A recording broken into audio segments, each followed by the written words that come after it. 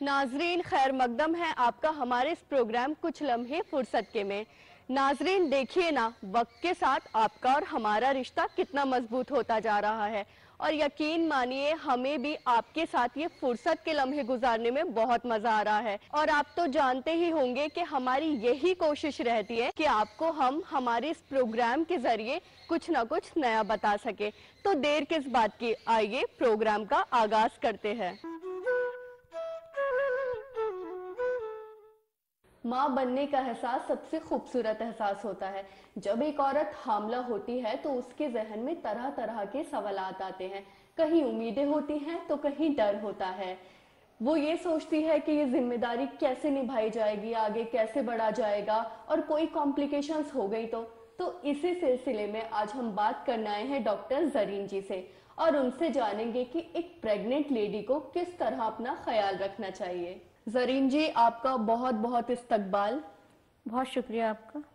जरीन जी, मैं सबसे पहले आपसे जानना चाहूंगी कि आजकल के दौर में बहुत ज्यादा अर्ली मिसकैरेज हो रहे हैं, इनकी क्या वजह है? अर्ली मिसकैरेजेस आजकल की जो ज़िंदगी है बहुत ज़्यादा बिजी लाइफ है, स्ट्रेस है और जहाँ तक है पॉल्यूशन इतना ज़्यादा है, हर चीज़ में मिलावट है, खाने पीने का और हमारा जो लाइफ स्टाइल है वो बहुत बदल चुका है। हम जो है बैठ के काम ज़्यादा से ज़्यादा करते हैं, कुदरत में हमने कहीं ना कहीं नकारा है और हमने लाइफ स्टाइल अपने हिसाब से पैदा कर ली है, जिसकी वजह से मिसकैरेजेस होते हैं। क्योंकि हम देखते हैं हर औरत ज़्यादातर वर्किंग है और उसको अपने करियर के लिए बहुत ही कॉन्शियस रहती है, तो ये है कि वो रेस्ट भी नहीं ले सकती, उसको स्ट्रेस भी है, बाहर का भी है घर का भी है, इन दोनों को बैलेंस करना, प्लस वो अपनी डाइट को ठीक से नहीं ले पाती है। अनीमिया एक बहुत बड़ा कॉज है अर्ली मिसकैरेजेस का। दूसरा ये कॉज भी होता है कि जर्क वगैरह वो अवॉइड नहीं कर पाते हैं, वो अपने काम पे भी जाते हैं। तीसरा ये है कि डाइट उनको कोई पूछने वाला नहीं है, वो खुद अपना खाते हैं, कोई केयर करने वाला भी इतना नहीं, उनको खुद ही अपना करना, अगर टाइम मिला तो खा लिया, नहीं मिला तो नहीं खाया। तो एक तो खाना बहुत बड़ी वजह है, सही खाना, लाइफ स्टाइल, सही टाइम पे सोना उठना, रेस्ट भी प्रॉपर उनको नहीं मिल पाता है। कुछ इन्फेक्शंस आजकल इतने ज़्यादा एटमॉस्फेयर में हैं, जो वायरल इन्फेक्शंस हैं वो कई बार अटैक करते हैं, उनका नहीं पता लगता, वो उसकी वजह से मिसकैरेजेस हो जाते हैं। तो यही सारी तमाम वजह हैं कि हमारा लाइफ स्टाइल, हमारा रहन सहन जो है वो बहुत फ़र्क डाल रहा है। और दूसरे हमको डर, जो एंग्जाइटी लोगों में है वो इतनी ज़्यादा है कि वो इस बात को एक जो नेचर ने जो हमको दिया है उसके ऊपर शायद भरोसा कहीं ना कहीं कम हो गया है। वो क्योंकि ये टाइम ऐसा है कि लोग मोबाइल में हर जगह सर्च करके हर वक्त, उनकी एक सेडेंट्री लाइफ स्टाइल हो गई है जिसमें वो ज़्यादातर काम बैठ कर ही करते हैं और वो दिमाग का भी काम बहुत करते हैं, इतना सोचते हैं, पहले से ही एंटिसिपेट करते हैं कि क्या होगा क्या नहीं होगा। कहीं ना कहीं उनको एक खौफ भी रहता है अपनी प्रेगनेंसी के लिए। एक भरोसा बहुत ज़रूरी चीज़ है कि जो दुनिया जिसने बनाई है और बहुत पहले से जो चलता आ रहा है, वो सही तरीके से रहने से भी बहुत फ़र्क पड़ जाता है। अपना ख्याल सही तरह से, खाना पीना, आराम करना, दवाएं, जैसे ही प्रेगनेंसी होती है सबसे पहले फॉलिक एसिड लेना बहुत इम्पॉर्टेंट। जी, जैसे कि आपने अभी हमें बताया मिसकैरेज के बारे में, अभी मैं आपसे प्रेगनेंसी से मुतालिक कुछ पूछना चाहूंगी कि जैसे हम आजकल देखते हैं कि कपल्स शादी के बाद फैमिली प्लानिंग नहीं चाहते हैं, जिसकी वजह से फीमेल्स जो होती हैं वो पिल्स लेती रहती हैं और जब उनको फाइनली बेबी प्लान करना होता है तो बहुत ज्यादा कॉम्प्लिकेशंस देखे जाते हैं जो फीमेल्स को आते रहते हैं। तो क्या ये पिल्स की वजह से ही होते हैं? ये कहना पूरी तरह से सही नहीं है कि वो पिल्स वगैरह लेने से ही बाद में प्रेगनेंसी उनकी नहीं हो पाती जब वो चाहते हैं, क्योंकि बहुत सारे फैक्टर्स होते हैं। पहले एक तो एज फैक्टर है, एज काफ़ी निकल जाती है इसी प्रोसेस में, क्योंकि आजकल मेल के साथ फीमेल्स भी, लड़कियां भी अपना करियर के लिए उतनी ही ज़्यादा अलर्ट हैं जितने कि मेल अलर्ट हैं। तो वो करियर ओरिएंटेड इतनी ज़्यादा है कि वो उसको बनाते बनाते हो सकता है 2-3-4 साल, और ऑलरेडी लेट मैरिज हो भी रही है और उसमें भी जब वो प्लान करती हैं और उसमें गैप देती हैं तो उनकी एज काफ़ी निकल जाती है, जिसमें कि जो ओवा का रिजर्व है वो कम हो जाता है। एक वो बहुत बड़ा फैक्टर है। दूसरा फैक्टर है कि यही सिर्फ नहीं कि वो पिल्स लेती हैं, पिल्स हार्मोनल डिसबैलेंस तो करते हैं, ऐसा नहीं कि नहीं करते हैं, लेकिन वो इतना बड़ा फैक्टर नहीं है जितना कि स्ट्रेस और लाइफ स्टाइल का गलत होना आजकल एक बहुत कॉमन बीमारी है जिसको कहते हैं पॉलीसिस्टिक ओवेरियन डिजीज, पीसीओडी, वो इतना ज़्यादा पाया जा रहा है, जिसमें कि गलत लाइफ स्टाइल और ईटिंग हैबिट्स, क्योंकि जंक फूड लोग जो ऑलरेडी मिल रहा है वो चाहते हैं, उनके पास टाइम नहीं है, वो उतना टाइम नहीं दे सकते हेल्दी खाना खाने के लिए, या टाइम टाइम पे खाना खाने के लिए, या वो रात में टाइम पे नहीं सो रहे हैं। कहीं ना कहीं नेचर को वो नेचर का वो गलत इस्तेमाल करे, अपने हिसाब से नेचर को नहीं फॉलो करे, वो अपना अपना उन्होंने एक शेड्यूल बनाया, तो ये उनके हार्मोन्स को बहुत ज़्यादा बिगाड़ रहा है। इस हार्मोनल इम्बैलेंस की वजह से पीसीओडी हो जाता है, उसमें कंसेप्शन बहुत मुश्किल होता है। दूसरा ये कि फैट ओबेसिटी भी एक बहुत बड़ा कॉज हो गया है, जिसकी वजह से पीसीओडी होता है, क्योंकि वो भी यही कॉज है कि हाई कार्बोहाइड्रेट डाइट ले रहा है, जंक फूड ले रहा है, फैट ज़्यादा ले रहे हैं और प्रोटीन कम है, तो इस वजह से भी एक बहुत बड़ा फैक्टर है। लाइफ स्टाइल सही नहीं होना, ठीक है, और स्ट्रेस, एंजाइटी, नींद का प्रॉपर ना लेना, टेंशन इतना ज़्यादा रहता है, तो और सही टाइम पे वो ना सो रहे हैं, ना वो सुबह सही टाइम पे उठ रहे हैं, ना वो एक्सरसाइज भी नहीं कर रहे हैं, क्योंकि उनके पास टाइम नहीं है, और वो उतना थक के फिर वो ये नहीं है कि वो कर नहीं सकते, वो कर सकते, लेकिन शायद फिर कहीं उनकी प्रेफरेंस नहीं रहती है। तो एक्सरसाइज भी बहुत ज़्यादा इंपॉर्टेंट है, क्योंकि हमारे यहाँ जो अब जगह इतना नहीं है, स्पेस नहीं है, हर काम ऑटोमेटिकली हो जाता है, हमको हर चीज़ रेडीमेड मिल जाती है, हमको कोई एफर्ट नहीं करना है, तो हमारा जो बॉडी है वो उतना ज़्यादा वर्क नहीं कर रहा है, जबकि हमारी हर सर्कुलेशन को अच्छा रहने के लिए कहीं ना कहीं हमारे जो एक्शन है, फिजिकल एक्टिविटी वेरी इंपॉर्टेंट, वो हम नहीं कर रहे हैं, जिसके लिए हमको अलग से टाइम देना है, एक्सरसाइज करके at least 30 minute per day, 5 days a week. वैसे 40 मिनट एक अच्छा वो है, या तो ब्रिस्क वॉक करें, या कुछ भी कर सकते हैं, वो स्ट्रेचिंग एक्सरसाइज करें, वो कुछ नहीं है तो अपना साइकिल रख लिया उस पर कर रहे हैं, कुछ भी कर सकते हैं, बट वो उनको करना चाहिए। तो जरीन जी, मैं आपसे पूछना चाहूंगी कि हर प्रेग्नेंट लेडी चाहती है कि उसकी नॉर्मल डिलीवरी हो, तो उसके लिए हमें क्या करना चाहिए? कोई प्रिकॉशंस है या डाइट सही रखनी चाहिए? कुछ बताइए। देखिए, नॉर्मल डिलीवरी ज़्यादा से ज़्यादा हो, ये तो एक बहुत अहम बात है, लेकिन सबकी नॉर्मल हो ऐसा पहले भी नहीं होता था। पहले मैटरनल मॉर्टेलिटी बहुत ज़्यादा थी, जिसको कि ये नहीं कि हर एक की नॉर्मल, अगर नॉर्मल नहीं हो पाई तो पेशेंट को अपनी जान गंवानी पड़ती थी।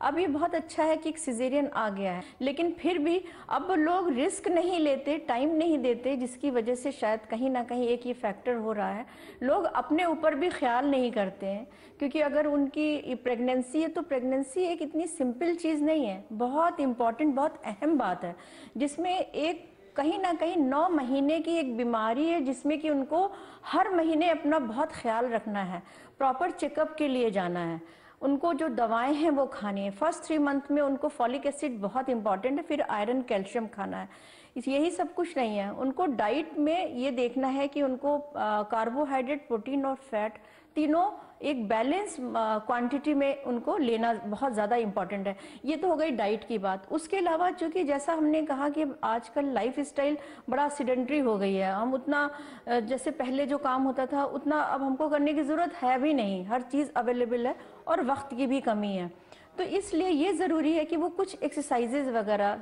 थोड़ी हल्की फुल्की शुरू में, और बाद में थोड़ी सी और अच्छी एक्सरसाइजेज करें, वो अपना घर का काम कोशिश करें कि वो खुद करें, और बाकी हाइजीन पे भी बहुत ध्यान रखें, सफाई पे भी बहुत ज़्यादा वो ध्यान रखें, उनको इस बीच में किसी तरह का इन्फेक्शन नहीं होना चाहिए, ये बहुत इम्पॉर्टेंट है।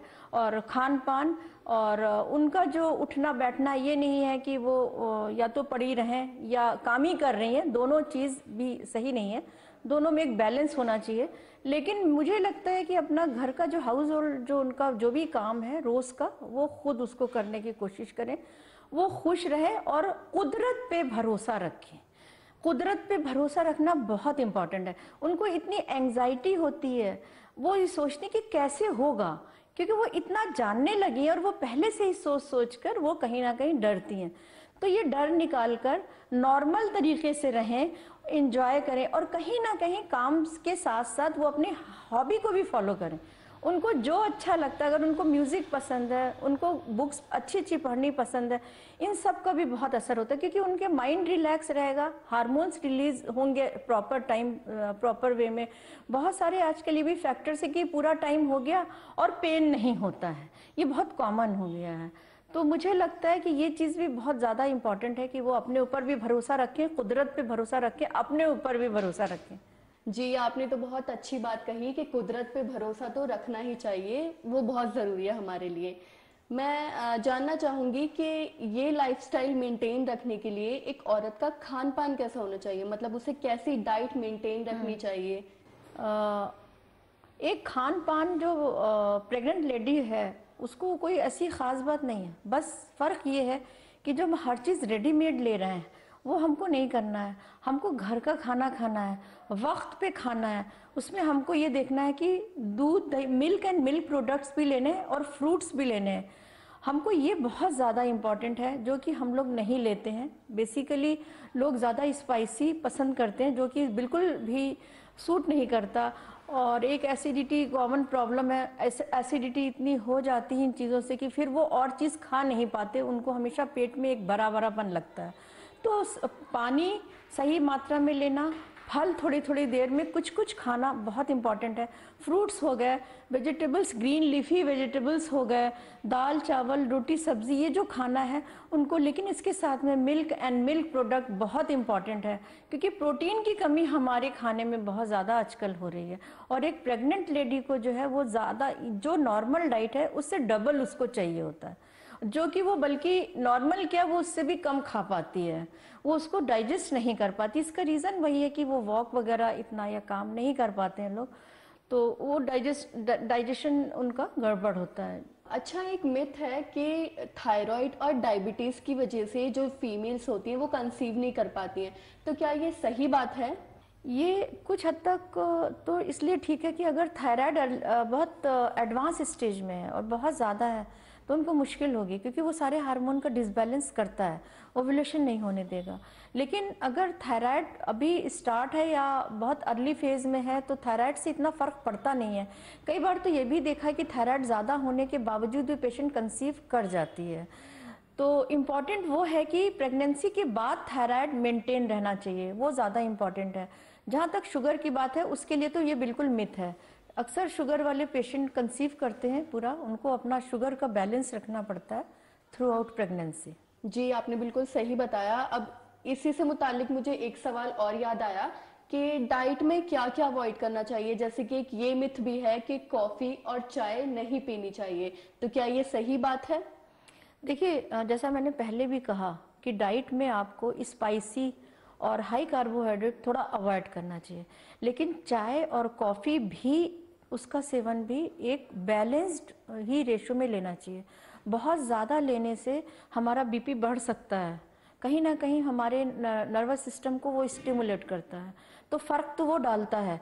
चाय और कॉफ़ी, दूसरा वो भूख भी ख़त्म करता है, तीसरा वो कहीं ना कहीं हमें एसिडिटी करता है, तो जो हम न्यूट्रिशियस चीज़ ले रहे हैं उसका डाइजेशन नहीं होगा, हमको विटामिन जो है वो ख़त्म हो जाएंगे हमारे पेट में, उसका सही असर हमको मिलेगा नहीं। इसलिए एक्सेस तो किसी भी चीज़ की अच्छी नहीं है। चाय और कॉफ़ी तो थोड़ा बहुत ले, जितना अगर बहुत हैबिट है और उसको लेना ही है तो ले, अदरवाइज़ ये नहीं है कि हम उसको ले लेंगे तो कोई दिक्कत आएगी, ऐसा नहीं है। लेकिन हाँ, पपाया एंड पाइनएप्पल को लोग ज़रूर कहते हैं कि नहीं लेना चाहिए, जो कि एक मिथ है। ऐसा नहीं है कि उसको लेने से कोई मिसकैरेज हो जाएगा, ऐसा बिल्कुल भी नहीं है। जी, बहुत सही बताया आपने। अच्छा, एक सवाल मैं आपसे पूछना चाहूँगी कि अक्सर औरतें घर का काम करना छोड़ देती हैं जब वो प्रेग्नेंट होती हैं, तो क्या घर का काम छोड़ना चाहिए या फिर करते रहना चाहिए? ये सही नहीं है कि घर का काम छोड़ देना चाहिए, लेकिन हाँ, ये भी है कि कुछ मेडिकल कंडीशंस ऐसी होती हैं जिसमें कि उनको रेस्ट बताया जाता है। कई बार अर्ली प्रेगनेंसी में थोड़ी ब्लीडिंग हो जाती है, पेन बहुत ज़्यादा है, या उनके पहले मिसकैरेजेस हुए हैं, तो जहाँ पे रिस्क है वहाँ पर टोटल बेड रेस्ट बताया जाता है।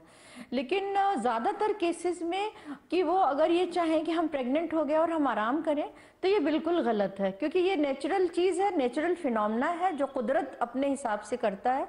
उनको अपने सारे काम भी करने चाहिए, लेकिन हाँ, एग्जर्शन बहुत ज़्यादा नहीं कि वो बहुत ज़्यादा काम करें। काम हल्का फुल्का शुरू में बहुत हम लोग कहते हैं कि जर्क्स अवॉइड करना चाहिए। भारी काम है जैसे कि बकेट बाल्टी उठाना या बहुत झटके वाला कुछ सरका देती हैं अनजाने में, वो सब भी मिसकैरेज का कॉज हो सकते हैं, तो वो हम लोग मना करते हैं। स्टेयर्स बहुत ज़्यादा चढ़ना तो ये थोड़ा मना करते हैं, लेकिन एक रूटीन वर्क है वो उनको कंटिन्यू करना चाहिए, वो मुस्तकिल करते रहना चाहिए। जी, आपने बहुत सही बताया कि आप काम नहीं छोड़ सकते, कोई बहाना नहीं चलेगा। अच्छा, मैं एक चीज पूछना चाहूंगी आपसे कि इस दौरान कौन कौन सी मेडिसिन लेनी चाहिए? इस दौरान का मतलब पूरे प्रेगनेंसी में पूछ रहे हैं या, क्योंकि ये 3 प्रेगनेंसी जो है 3 हिस्सों में इसको हम लोगों ने डिवाइड किया है। फर्स्ट ट्राइमेस्टर, फर्स्ट 3 मंथ होता है, फिर एक सेकेंड वाला टाइम होता है वो बीच का 3 महीना, और लास्ट के 7, 8, 9 मंथ जो होता है वो थर्ड ट्राइमेस्टर होता है। तो फर्स्ट ट्राइमेस्टर में, बल्कि आजकल तो अगर प्लान किया है तभी से इनको फॉलिक एसिड शुरू कर देना चाहिए। फॉलिक एसिड बच्चे की ग्रोथ में तो हेल्प करता है, क्योंकि फर्स्ट 3 मंथ में ऑर्गन्स बन रहे होते हैं, वो बहुत इंपॉर्टेंट टाइम होता है। जबकि उनको फॉलिक एसिड का ये भी रोल हुआ है, देखा गया है रिसर्च में, कि वो बहुत सारी ऐसी बीमारी, कंजेनाइटल डिफेक्ट होते हैं जो उसकी कमी से होते हैं, इसलिए फॉलिक एसिड बहुत अहम है लेना फर्स्ट 3 मंथ में। और उनको इसके अलावा भी सही अपनी डाइट लें, फॉलिक एसिड है, विटामिन्स कुछ ले लें, अदरवाइज अगर सही खाना खा रही हैं तो फॉलिक एसिड के साथ वो सफिशिएंट है उतना। सेकेंड ट्राइमेस्टर में आयरन और कैल्शियम का बहुत अहम उसका रोल है, और आयरन कैल्शियम क्योंकि अक्सर औरतों में अनीमिया बहुत कॉमन कॉज है, इसलिए, और क्योंकि बेबी जो है वो माँ के ब्लड से तो अपना कैल्शियम ले लेता है, उसकी और फर्दर डेवलपमेंट के लिए आगे उनको आयरन और कैल्शियम लेना बहुत ज़्यादा इम्पॉर्टेंट है, इसी का मेन रोल है, और अच्छी खुराक। थर्ड ट्राइमेस्टर में भी आयरन और कैल्शियम कंटिन्यू होता है, लेकिन इसमें साथ साथ आयरन, कैल्शियम और इसके मिल्क एंड मिल्क प्रोडक्ट के अलावा उनको एक्सरसाइज भी इसमें थोड़ी अपनी बढ़ा देनी चाहिए। जी ज़रीन जी, आपने हमें बहुत अहम मालूमात दी। अब आज के लिए इतना ही, फिर इस सिलसिले में आपसे मैं और जानकारी लेने आऊंगी। आपका बहुत बहुत शुक्रिया। आपका भी बहुत बहुत शुक्रिया। पिछली मर्तबा हम आपको डॉक्टर शैला जी के पास लेके गए थे, इस बार हम आपको फिर से शैला जी के पास लेकर आए हैं। शैला जी, बहुत बहुत इस्तकबाल आपका हमारे इस प्रोग्राम में। शुक्रिया आपका। मुहासों का कोई घरेलू नुस्खा बताइए। सिंपल सा एक नुस्खा है, आप मुल्तानी मिट्टी में रोज़ वाटर के साथ एक ये अप्लाई कर सकते हैं। दूसरे ये जो नीम की पत्तियां होती हैं, आप उसको ड्राई करके रख लीजिए और उसका पाउडर बना लीजिए। उसमें थोड़ा सा हनी, अगर 1 चम्मच आपने नीम का सूखा पाउडर लिया है, 1 चम्मच आपने शहद ले लीजिए और उसका पेस्ट बना के पूरे फेस पे भी लगा सकते हैं, और जहाँ जहाँ मुहासे हैं वहाँ ज़्यादा अप्लाई करिएगा और उसके बाद मुँह धो लीजिए। ये बहुत अच्छी रेमेडी है, घर के चीज़ों से हम इस्तेमाल करके मुहासों से छुटकारा पा सकते हैं। शैला जी, बहुत से लोगों के पास से बहुत अजीब सी स्मेल आती है, उनके अंडर आर्म से स्मेल आती है, तो इसका कोई घरेलू नुस्खा है? जी हाँ, अक्सर देखा गया है कि बहुत सारे लोगों के आर्मपिट से बहुत ज़्यादा बुरी स्मेल आती है। तो उसमें क्या होता है कि सबसे अच्छा है कि हमें, क्योंकि आर्मपिट्स की आपने स्पेशली बात करी है, तो हमें वहाँ एक्जिला में जो हेयर्स हैं उनको फ्रीक्वेंट रिमूव करना चाहिए। और उसके लिए भी एक अच्छा तरीका है कि जब आप आर्मपिट के हेयर्स को रिमूव करें तो वहाँ पहले सिंपल एलोवेरा जेल लगा लीजिए, उसके बाद करें। इसके अलावा आप ये कीजिए कि नींबू का है स्लाइस काट के, और उसके ऊपर आप थोड़ा सा पिंच लेके, ये बेकिंग सोडा होता है वो डाल के और आर्मपिट में अप्लाई करिए। या अगर आपके पास बेकिंग सोडा नहीं है, खाली सिर्फ नींबू भी काट के आपको अप्लाई कर सकते हैं, तो उसकी आपकी जो स्मेल है नहीं आएगी। और आप पानी का इस्तेमाल ज़्यादा कीजिए, और ऐसी डाइट नहीं खाएं जिसमें स्पाइसी या जंक फूड वगैरह है, ये सब भी इस चीज़ का सबब बनती हैं। जी शैला जी, आपने बहुत सही बात बताई। अच्छा, जैसे कि हम देखते हैं कि पॉल्यूशन आजकल बहुत ज़्यादा है और उससे लोगों को बहुत तरह तरह की परेशानियां होती हैं, सर्दी जुकाम, तो उससे कैसे बचा जा सकता है? कि अगर किसी को नज़ला ज़ुकाम हो गया है तो उसके लिए हमें हनी बहुत अच्छी चीज़ है। आप गर्म पानी में शहद डाल के उसको अगर पिएंगे तो वो आपको पूरा लंग्स वगैरह को क्लियर कर देता है, तो ये इसका इस्तेमाल करें। जी अच्छा शैला जी, तो आप अब हमें बताइए कि अगर गला दर्द होता है तो उसकी कोई इंस्टेंट रेमेडी? जी हाँ, गले के दर्द के लिए आपको अब घर में ही पड़ी हुई चीज़ों से आप गले के दर्द को आराम ला सकते हैं। उसके लिए सिंपल क्या करना है, आपको एक गिलास पानी लेना है, उसमें अदरक थोड़ी सी कूट के डाल दें और साथ में इसमें धनिए के पत्ते वो डाल दें और उसका एक काढ़ा सा बना के पिएं तो वो आपके लिए फ़ायदेमंद होगा। और खाली अगर आप 2 चम्मच शहद भी अगर सिंपल ऐसे ही ले लेंगे वो भी आपके लिए गले में सूदिंग का इफेक्ट करेगा और आपका गले के दर्द में आराम आएगा। शैला जी, थायराइड होना बहुत आम सी बात हो गई है, तो थायराइड होने के कुछ सिम्टम्स होते हैं, वो क्या होते हैं ये आप हमें बता सकती हैं, और इससे बचने का क्या उपाय है? जी हाँ, जैसे आप खुद कह रही हैं कि आजकल थायराइड के केसेस ज़्यादातर देखने में आते हैं। तो थायराइड जो होता है, सबसे पहले हमें पता होना चाहिए थायराइड जो होता है 2 तरह का होता है, और उसमें एक होता है हाइपरथायराइडिज्म और दूसरा होता है हाइपोथायराइडिज्म। हाइपो का मतलब ये होता है कि जो हमारे थायराइड ग्लैंड जो हमारे गले में यहाँ एक तितली की तरह एक ग्लैंड होता है जो बहुत सारे हार्मोन सिक्रीट करता है, तो उसकी एक्टिविटी कम हो जाती है तो उसको हम हाइपोथायराइडिज्म कहते हैं। अगर उसकी एक्टिविटी बढ़ जाती है तो उसको हम हाइपरथायराइडिज्म कहते हैं। तो खास तौर पे जो फीमेल में आजकल बहुत देखने वाला है, हर चौथा पर्सन जो फीमेल होता है ये हाइपोथायराइडिज्म में सफ़र कर रही होती है। तो हाइपोथायराइडिज्म जो होता है उसके सिम्टम्स हमें इस तरह से पता चलते हैं कि जिसको हाइपोथायराइडिज्म होता है वो एक तो वो अपने आप को बहुत लेथार्जिक और थका थका महसूस करता है। दूसरे क्या होता है, वेट गेन करते हैं। ऐसे जो पेशेंट होते हैं उनमें वजन बढ़ना शुरू हो जाता है, और अगर वो फीमेल है, और क्योंकि ज़्यादातर फीमेल में देखने में है, तो उसकी मेंस्ट्रुअल साइकिल के डिस्टर्बेंस देखने मिलते हैं, या तो उसको पीरियड नहीं आते या कई मरतबा आ सकते हैं। तो ज़्यादा चांसेस होते हैं कि उसके पीरियड का रुक जाना या कम आना। तो एक तो ये भी सिम्टम, और ऐसे पेशेंट को जो होता है सर्दी जो है टॉलरेंट नहीं होती, और ख़ास बात यह है कि ऐसे पेशेंट को गुस्सा भी बहुत जल्दी आता है। तो ये सारे सिम्टम्स हम अगर आप किसी में देखते हैं कि उसको एक पेशेंट है जो वज़न बढ़ रहा है, अगर उसका अगर हम इलाज नहीं करें तो उसकी आवाज़ में भी बदलाव आता है, उसकी आवाज़ जो है हॉर्सनेस, भारीपन आ जाता है ये, और जो उसके फीचर जो आँखें हैं नाकें मोटे मोटे नज़र आने लगते हैं अगर इलाज ना किया जाए, सही वक्त पे इसको पकड़ा ना जाए। तो अगर किसी लेडी में या किसी में ये सिम्टम्स हैं कि उसका वज़न बढ़ रहा है और चिड़चिड़ापन है, हर काम जल्दी थक जाता है, थकना बहुत इंपॉर्टेंट है, क्योंकि जो थायराइड के हार्मोन है वो हमारा एक खास किस्म का मेटाबॉलिज्म होता है बॉडी में, उसको सप्रेस कर देता है। जब मेटाबॉलिज्म हमारा सप्रेस हो जाता है तो ऐसे वो पर्सन जो इनएक्टिव होता है, स्लगिश रहने लगता है। तो और तीसरा क्या बहुत इंपॉर्टेंट, क्योंकि हमने इससे पहले ज़्यादातर बात स्किन के ऊपर की थी, स्किन पे इसका बहुत इफेक्ट पड़ता है। इससे क्या होता है कि हमारी स्किन जो होती है बहुत ज़्यादा ड्राई होती है। तो ये सारे सिम्टम्स होते हैं, अगर किसी में ये है तो उसको चाहिए कि अपना ब्लड टेस्ट कराए, और उसकी फिर ट्रीटमेंट इलाज भी एलोपैथिक में मौजूद है। शैला जी, बहुत बहुत शुक्रिया हमें इतनी अहम जानकारी देने के लिए। आपका भी शुक्रिया। नाजरीन, उम्मीद करती हूँ आपको हमारे ये शुमारा बेहद पसंद आया होगा। नाजरीन, हमारी यही कोशिश रहती है कि हमारे इस प्रोग्राम के जरिए आप कुछ ना कुछ फ़ायदा उठा सकें। तो अगले हफ्ते होगी फिर मुलाकात एक नए शुमारे के साथ, तब तक हमें दीजिए इजाज़त। खुदा हाफ़िज़।